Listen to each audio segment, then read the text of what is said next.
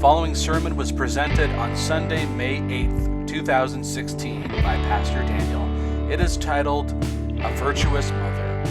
For more, please visit gladtidingschurchofgod.com. Happy Mother's Day again, and today is Mother's Day, and we're going to be speaking about just how it is to be, how it's possible to be a virtuous mother. And so we are recognizing the wonderful mothers of our congregation, and we have a few people who are maybe thinking about becoming mothers or will one day be mothers or obviously are mothers, but perhaps they don't realize, and I'm going to say this, that it's okay to want to be a mom or to be a mom, right? There's a movement within society, there's a sort of tendency in society, in certain parts of society, to think and to say that it's not okay to be a mom, that it's below a woman to want to be just a mother. And women have made incredible advancements in society over the past century.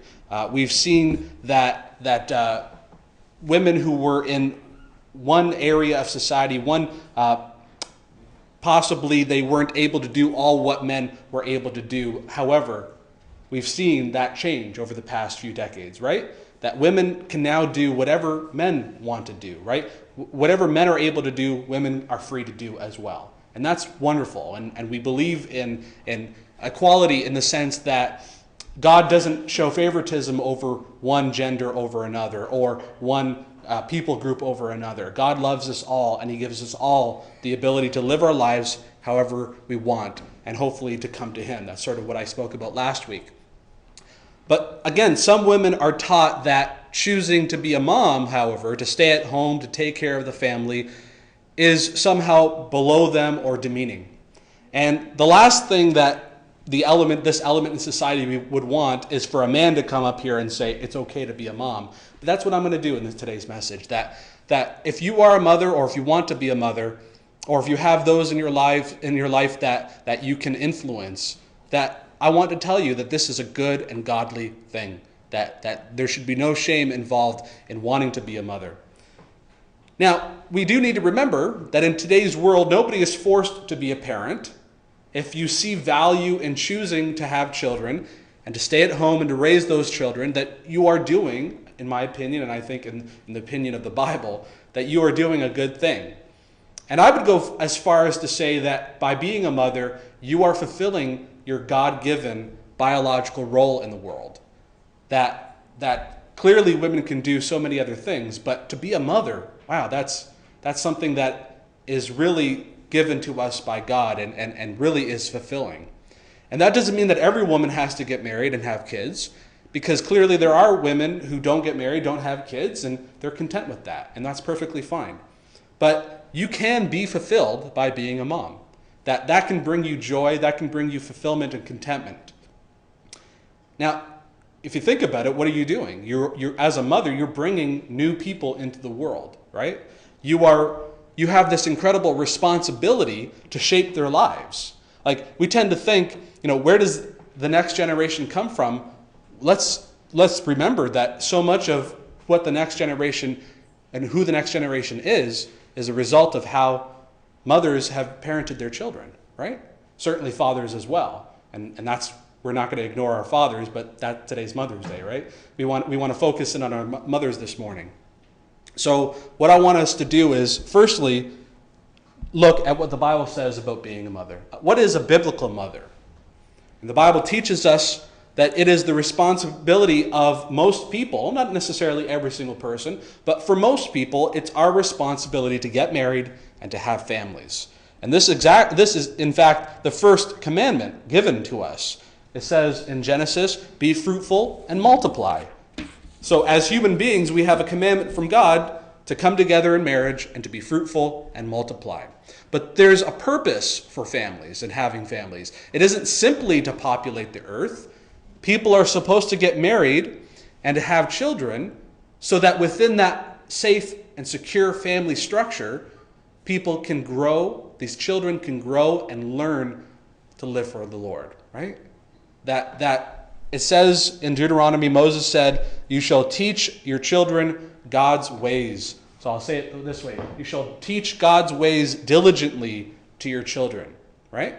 This is the purpose for families, is to have a safe and secure family structure so that in an environment so that people can, grow and develop into the people God wants them to be.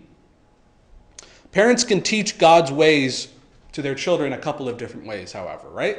Now, obviously, you can literally just tell your children about God's ways, and that's one way to do it. But I think a better way is to demonstrate the life of God to your children, right? By how you treat them and how you act in your family and how you act in the world.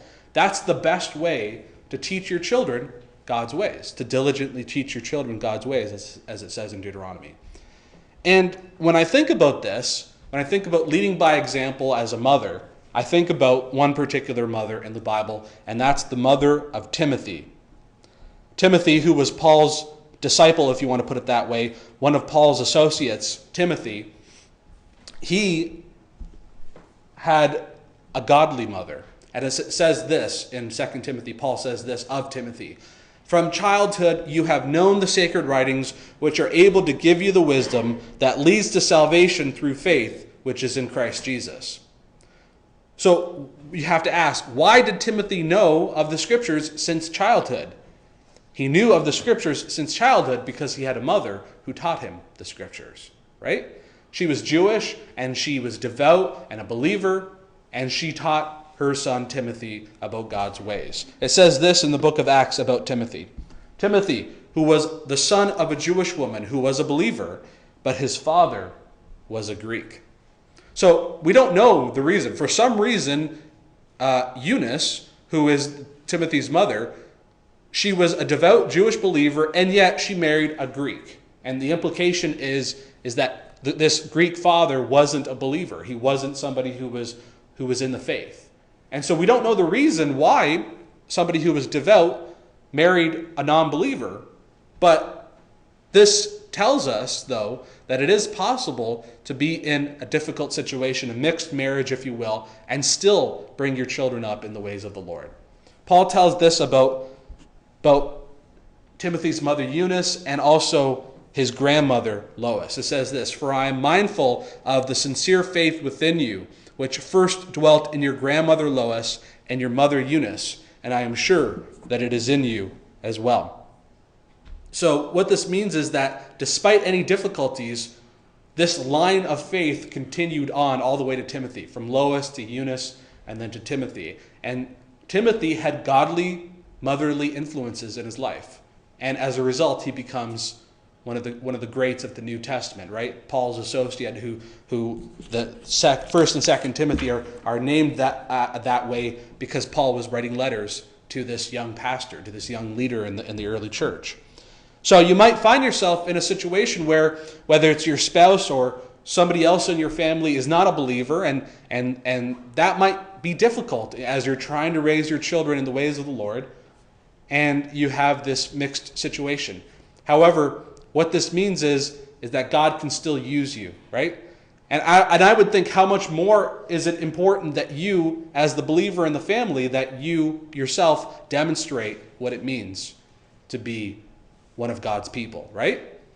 But how can you demonstrate God and his ways to your family, right? What do you have to do?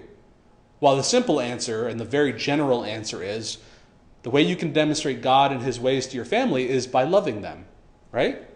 But first, before I dig into that a little deeper, I want to say, what is a mother's role at the very least? At the very least, what is a mother supposed to do?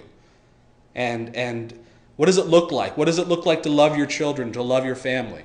At the very least, it means loving your spouse and your children by taking care of them, right? Taking care of their physical needs, being somebody who is trustworthy, being someone who will do good, as it says in Proverbs 31, the heart of her husband, the heart of this woman, the heart of her husband, of this virtuous woman, trusts in her, and he will have no lack of gain. She does him good and not evil all the days of her life. So this passage in Proverbs 31, and we've gone through this passage in a previous sermon, but obviously the Bible, the people in the Bible were living in an agricultural world, right? They had lots of physical demands upon their family. So it's no surprise that all the things that are listed in Proverbs 31, most of the things that are listed in Proverbs 31 have to do with taking care of the physical needs of the family. It might be a little tough to read, but it says, she is a hands-on worker. She provides food for her family. She aspires to grow the family in various ways. She is a strong worker. She is a dedicated worker. And she provides clothing for her family, and on and on. So we're seeing here that at the very least, a mother should take care of the physical needs of her family. And again, I'm not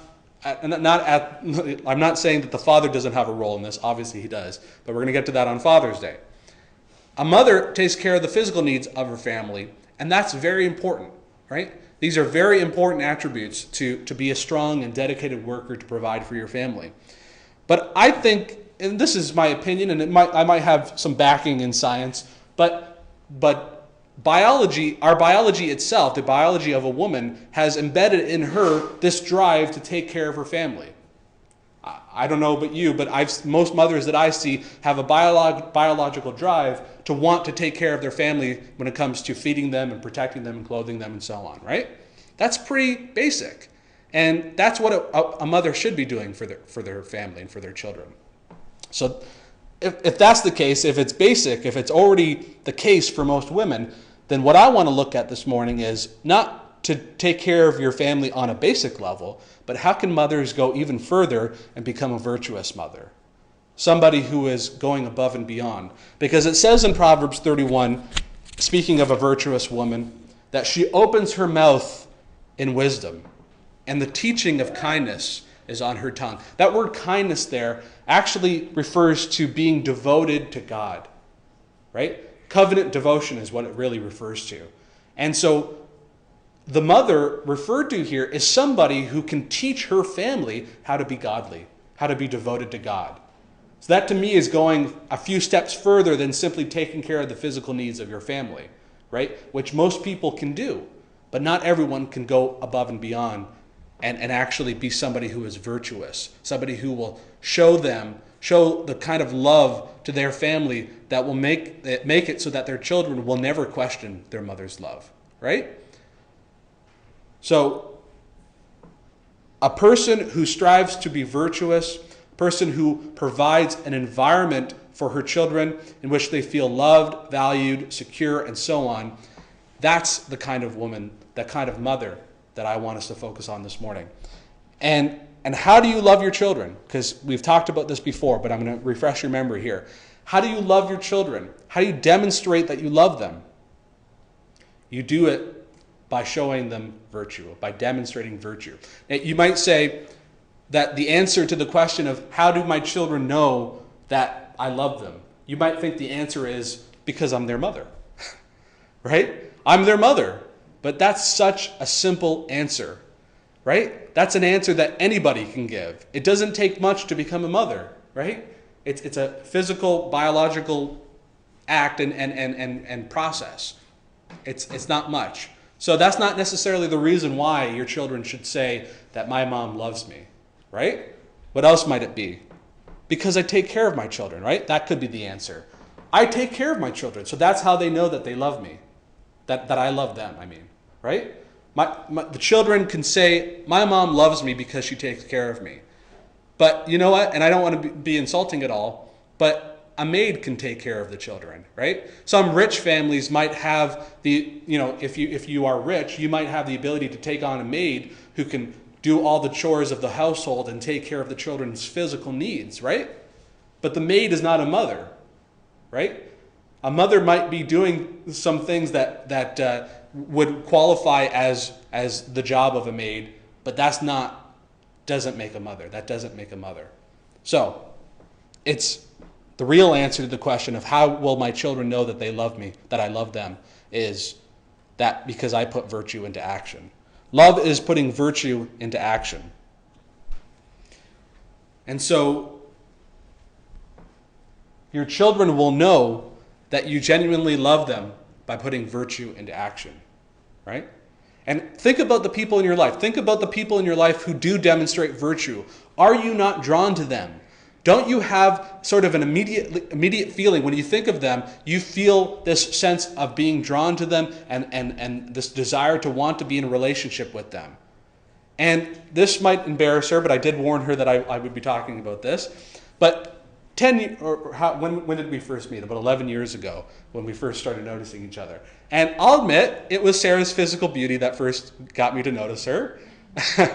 But as we've grown over the years, right, and what initially gave me this desire or this idea that I could spend the rest of my life with Sarah, and as we grow throughout the years and we're making our decisions to eventually have a family, it is not her physical beauty that gives me confidence that she could be the mother of my children.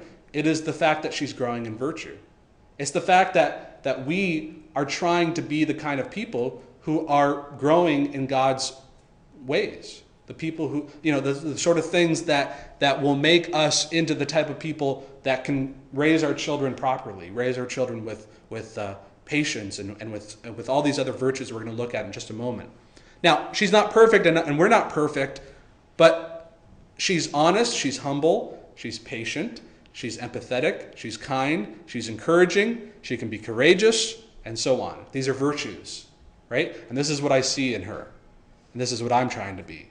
So the more I see her and the more I see us grow in virtue, the more confident I am that we can have children. So let me say this, and especially to anyone who is single and might want to one day have a family, I want to say this. If you want to attract someone who is virtuous, guess what you have to be? You have to be virtuous first. That if you are not virtuous yourself, you're just going to attract somebody who's not virtuous. And I thank God that God has shown us grace, that even though I wasn't as virtuous 10 or 11 years ago, that I still was able to find somebody who allowed me and allowed us to grow. But I encourage you, if you are looking to have a family one day, and I encourage you to begin to take these principles. Don't think that this message is only for the mothers of our congregation. This is going to be for all of us. So we're going to look at the virtues that we can put in place and put in action to really demonstrate love to our children. I guarantee you, if you start putting these virtues into action, that your children will not ever question that you love them, right? That they will be confident in your love. So, firstly, it's patience. We're just going to look at 3 virtues. Patience is the first one. And Paul said this about how we're supposed to treat each other in the church, but I think it applies to parenting. It says, always be humble and gentle, be patient with each other, making allowance for each other's faults because of your love. So in order to show genuine love to our children, we have to demonstrate patience with them. And patience means that despite our instincts, that we allow our children the freedom to learn and to grow. That our instinct, here are some instincts, right? These are natural. Our instinct might to get angry with our children because they don't do what we ask them to do, or they did something that we don't want them to do. Our instinct might be to correct our children because they're not doing things the way we would want them to do. Our instinct might be to tell them that we're disappointed with them because they have developed some bad habit or something else. These are our instincts and they're understandable. However, if we want to be virtuous, for our mothers out there, if you want to be a virtuous mother, you need to develop patience with your children. And in order to give them the space and the freedom that they need to develop into the people that God wants them to be, we need to show them patience. Look at what it says in Ecclesiastes. It says, control your temper, for anger labels you a fool. Control your temper, because anger is just going to label you a fool. And I would say it also labels you as somebody who is immature. That you as the parent, as the adult in the situation, need to demonstrate to the child what it means to control your temper and to not get angry or let your anger go unchecked, right? So patience is an incredible virtue to demonstrate to everybody, but especially your children. So don't forget, the whole point of being a parent, right? The whole point of being a parent is to protect your children, to take care of them, to nurture them for the purpose of growing up and developing their own personalities to be people who can find the Lord and live a righteous, godly life, right? Is that not the purpose of parenting?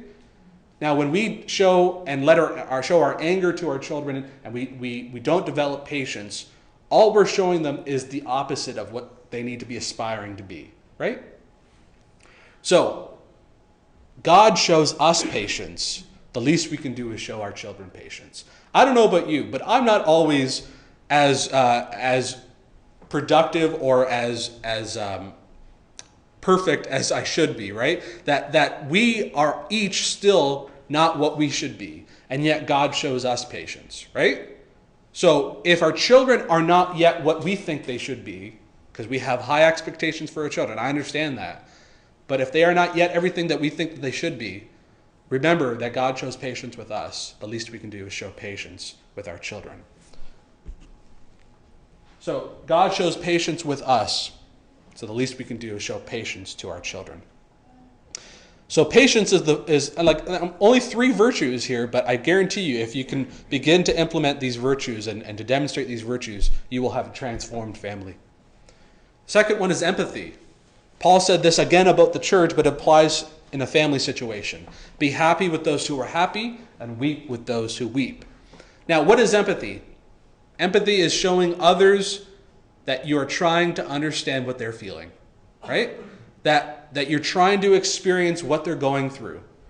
That when you observe your child, now think about this, there are times when your child will lose control of their emotions. Is that not the case with our children? They will lose control of their emotions. They're not quite understanding how to keep control of their emotions. Now, what can your response be? Will your response be to try to manage their emotions, or will you show them that you are trying to be empathetic towards them? That are you trying to understand what they are feeling, what they are going through? What is the root cause of what's happening? That's another point, right? Because if you only look at the surface, if you only look at the tantrum or whatever it might be, then you are likely to miss what is actually causing the loss of control of emotion, right? So let's say you do know what the root cause of the issue is. Let me ask you this. Are you accepting of their feelings? Are you accepting of what they are expressing their needs are? I'm not saying spoil your kids. I'm not saying give them everything they want. I'm not saying that. I'm saying, are you accepting, at the very least, are you accepting of that they are human beings and that they have real emotions and needs just like all of us? Are you compassionate towards them? Are you considerate of their needs? If not, I would have to encourage you to ask God to maybe consider that there might be something inside of you that needs help, right?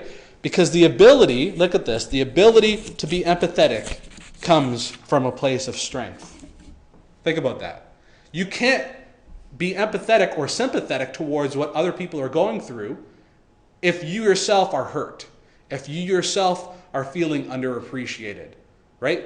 We have a lot of mothers here who probably feel that they're not always as appreciated as they would like to be, right? And that's, this is a wonderful thing about Mother's Day, is that we're setting a specific time aside to recognize our mothers and to appreciate them. And on the one hand, I'm feeling a little sorry for being so tough with this message, but I kind of feel like that those who are feeling underappreciated, I want to be empathetic towards you and say that it must be tough to do so much and yet not feel appreciated. But at the same time, who is going to stop the cycle, right? There has to be people, there has to be a choice made at some point to stop the cycle and to start the cycle of empathy and to start the cycle of encouragement, right? And so I understand that it can be really difficult to be empathetic towards your children, especially if you don't feel like you are being appreciated or if you don't feel like you're being listened to yourself. But perhaps if you begin to be empathetic, that will then rub off on your children and on your spouse, right? So develop patience, develop empathy, and lastly, develop the ability to encourage your children. Because parents need to encourage their children. Let me make this point about empathy and about encouragement. that if you aren't empathetic towards your children, then they're just going to grow up looking for empathy in all the wrong places, right? The same is exactly true of encouragement. If you are not encouraging your children, then they're just going to grow up looking for encouragement anywhere else, anywhere they can find it. And guess what? It's never going to be enough. You're never going to find the encouragement you want, because what you're always looking for is that encouragement from your parents. And so whatever encouragement your children receive out in the world will never satisfy them. It has to be coming from you, right? So Paul said, let everything that you say be good and helpful, so that your words will be an encouragement to those who hear them. Again, this is referring to in the church, but of course this applies in a family situation between a parent and a child. So a person, like empathy, a person can only be encouraging to others when they themselves are confident and secure. I don't know about you, but I can't really be encouraging to others if I myself am not in a place where I'm feeling confident and secure. So a person who is insecure and who does not have any confidence in themselves will hardly seek to bring out the best in others, right? So mothers can feel underappreciated, they can have low self-esteem, and so that will be very difficult to bring the best out in others when you yourself are not in a good place. But as I said a moment ago, a bad cycle can only be broken when someone makes the choice to make a new and good cycle. Look at this, as a woman of God, as you receive confidence from the Lord, right? When you find your confidence in God and you realize your worth is in Him, then you're going to be able to make a choice to be a source of encouragement to others, right? So, think about this. Think about the difference you can make in your child's life. Have you ever thought about the people who grew up to be super talented and super successful in whatever field they're in? And you hear about their stories and you just hear about how their parents were encouraging them from the very beginning and how they totally supported them. Have you ever heard about that and thought about that? And have you ever wondered, I wonder if I had that as well and how different my life would be. So how much of a difference can you make in your child's life by encouraging them and supporting them in what they're interested in and what they're aspiring to be? So you can be that for your children. You can be, because you know what? There's a whole world out there who is not going to be encouraging towards them, who is not going to be enthusiastic about them or accepting, but you can be all that for your children, right? And who else to be that for? It's your children. So let me just make one final point, that encouragement is different from praise. I know I've spoken about this a little bit before, that encouragement is different from praise. And I found this from an article. It says that encouragement helps our children believe in themselves. Encouragement helps our children believe in themselves. And this is known as internal gratification, because praise, such as calling hey, that's good, that's great, that's better, that's best, that's excellent. When you do that to your children, when you praise your children, you are simply training them to find external gratification rather than being satisfied within themselves, right? So praise keeps your child dependent on the authority figure to feel good about himself. So, for example, let's say your child cleans their room and you encourage them to see just how much now they're going to be able to enjoy their room and all the benefits that go along with that. Instead of saying, hey, great job, I'm so, thank you for doing that for me. Instead of training them to think that we do things in life to make others happy, train your child and speak to them in such a way that shows them that we need to be doing things in order to make God happy and in order to gain personal satisfaction. I know it's a subtle difference, but it's an important difference to keep in mind. So it's important to encourage your child in such a way that shows them that they are defined worth in and of themselves and out of what they achieve, not simply in what they have done for you or for others, right? Now, we've talked about patience, we've talked about empathy, and we've talked about encouragement. These are virtues that we can all demonstrate. And you'll notice that everything that I've talked about this morning is just simply what we all want and desire from others. We all want others to be patient with us. We all want others to be empathetic towards us, and we all want others to be encouraging towards us. So, once again, the golden rule applies in so many areas of life, but in particular parenting, to treat your children the way you'd like to be treated. But we need God's help. Let's have Sarah come, and let's have the deacons come as we prepare for communion.